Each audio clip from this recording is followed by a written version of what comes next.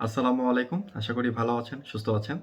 এই ভিডিওতে কথা বলবো ফ্রিল্যান্সিং করতে গেলে আপনার কতটুকু ইংরেজি জানা প্রয়োজন।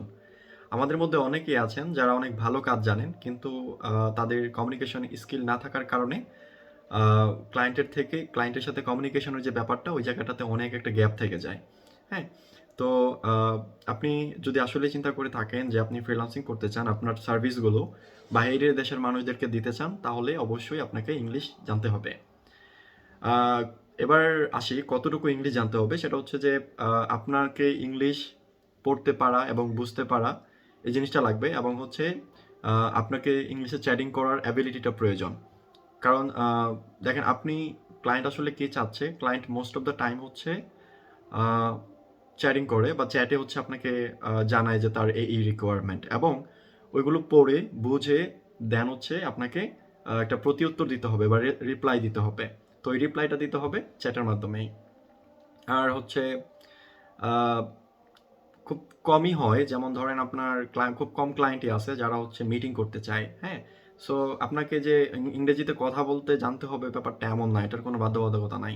এট লিস্ট মিনিমাম লেভেলে। বাট আপনি যদি ইংলিশে কথা বলতে পারেন, এটা আপনার জন্য প্লাস পয়েন্ট। ওকে? কারণ দেখা গেছে আপনি অনেক সময় হয় কি চ্যাটিংয়ে যে একটা জিনিস কনফিউশন থেকে গেলে ওটা ক্লিয়ার হইতে একটু টাইম লাগে।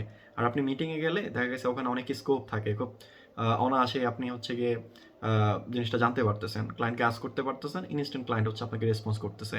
এবং ক্লায়েন্ট চাইলে আপনাকে হচ্ছে স্ক্রিন শেয়ার করেও তার প্রবলেমগুলো বা তার যে রিকোয়ারমেন্ট এই জিনিসগুলো সে দেখাতে পারে। রাইট?